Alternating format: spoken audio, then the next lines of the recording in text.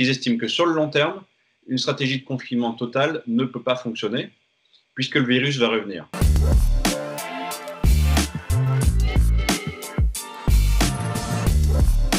Pour l'instant, on est à 3269 Britanniques déclarés positifs pour 144 décès. We can turn the tide within the next 12 weeks, and I'm absolutely confident that we can send a coronavirus packing in this country, but only if we take the steps, we all take the steps that we have outlined.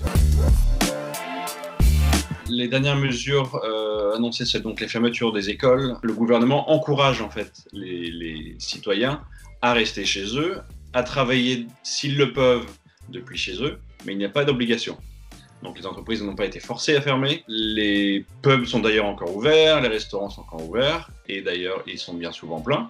Ce qui est une grosse différence. En fait, il n'y a pas vraiment de retard à l'allumage. Le nombre de cas, en fait, s'est déclaré beaucoup plus tard qu'en Italie et en France. Donc, le Royaume-Uni a décidé, en fait, de mettre en place ces mesures plus tard. Et surtout, il a employé une stratégie extrêmement différente de ce qui se passe en France et en Italie.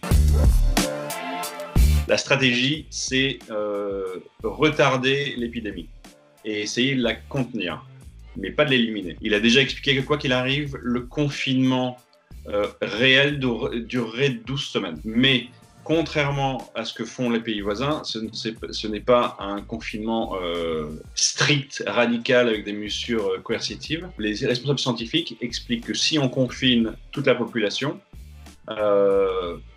personne ne sera malade, ou en tout cas un nombre très faible, donc personne ne sera immunisé.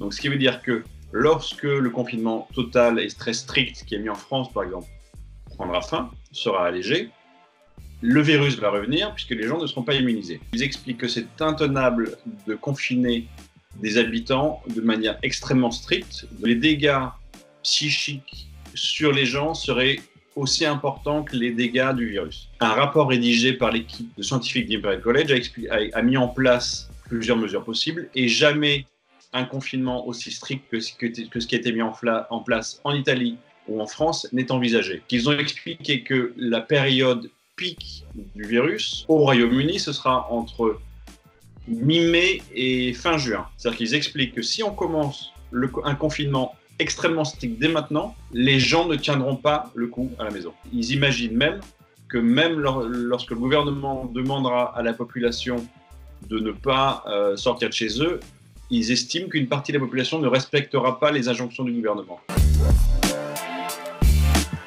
Le fait d'avoir vu que l'Italie et la France avaient mis en place un confinement strict a provoqué une espèce de panique ici. C'est pour ça qu'en fait les gens se sont précipités dans les supermarchés. En revanche, les sondages récents montrent que la perception de la politique gouvernementale est bonne. C'est-à-dire que Boris Johnson et le Parti conservateur sont montés dans les sondages depuis une semaine. Donc depuis la France, depuis les Français, tout le monde se dit « Oh là, c'est catastrophique ce qu'ils font ».